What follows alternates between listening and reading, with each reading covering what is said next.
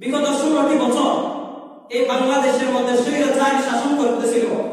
এই স্বৈরাচারী বিগত 16টি বছর যা যা করে গিয়েছে, যা নির্যাতন জুলুম অত্যাচার করেছে, সব কিছু ওই কাফেরদের সাথে মিলে যায়।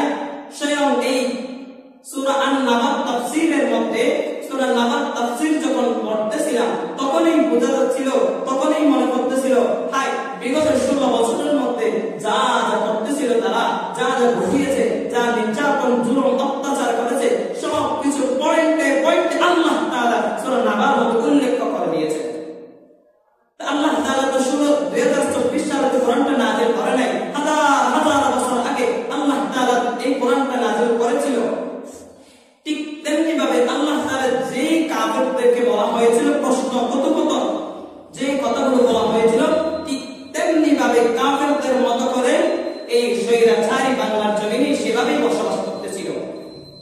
এখন আল্লাহ তাআলা বলে আল্লাযী হুম ফীহি মুখতালিফুন, যে বিষয়ের মধ্যে তারা মতভেদে লিপ্ত ছিল। যখন স্বৈরাচারী শাসন যখন ধ্বংস হয়ে যাচ্ছিল, তখন তিনি চলে যাচ্ছিল, তিনি তখনও বলেছিল যে আমার দুষ্টা কি ছিল, আমি কি করেছিলাম, আমার দুষ্টা কি, আমার অপরাধটা কি।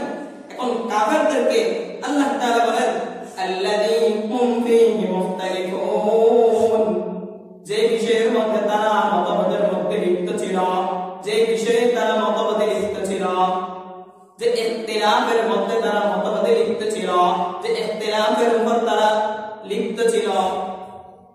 আল্লাহ তাআলা এই আয়াতের মধ্যে যদি একটু ঘুরে ফিরে যদি তাফসীর থেকে যদি পড়তে চাই, তখন আল্লাহ তাআলা এই 2024 সাল বিগত 16 বছর যদি তোমার মধ্যে মিলাইতে চাই, তখন এখানে যদি বলা হয় আল্লাযী হুম ফীহি মুখতালিফুন, যে বিষয়ের মধ্যে তারা মতভেদে লিপ্ত ছিল, যে জুলুমের মধ্যে তারা লিপ্ত ছিল, যে আলেমদেরকে নির্যাতন করার মধ্যে তারা লিপ্ত ছিল, যে অত্যাচার করার মধ্যে তারা লিপ্ত ছিল, যে মানুষের মধ্যে কষ্ট দেওয়ার জন্য তারা লিপ্ত ছিল, যে মানুষদের টাকা সম্পদ লুটপাট করার মধ্যে তারা লিপ্ত ছিল।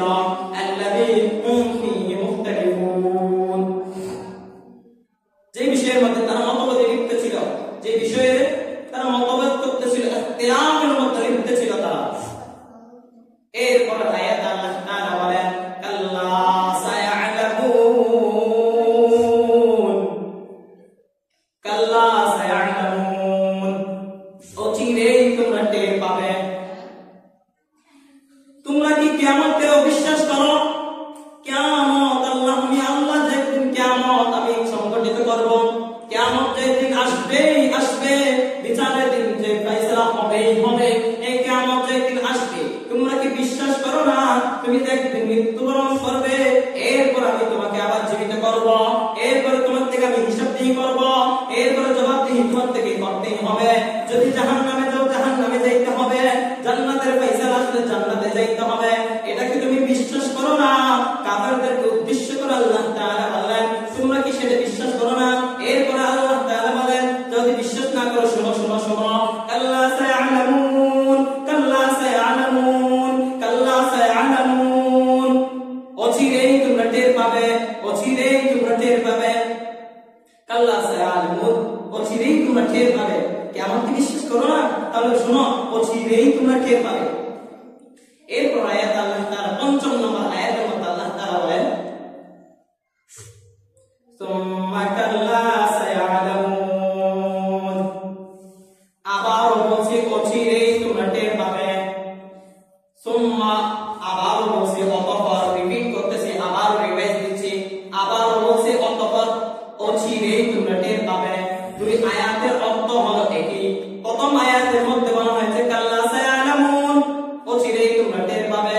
দ্বিতীয় আয়াতের মধ্যে আল্লাহ তাআলা বলেন সুম্মা কাল্লা সায়া'লামুন, আবার বলছে তোমরা অচিরেই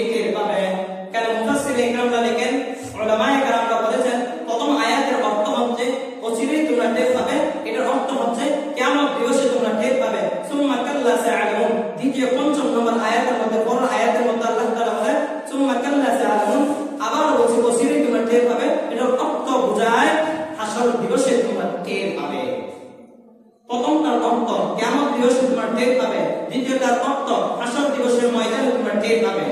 এই হলো 5টি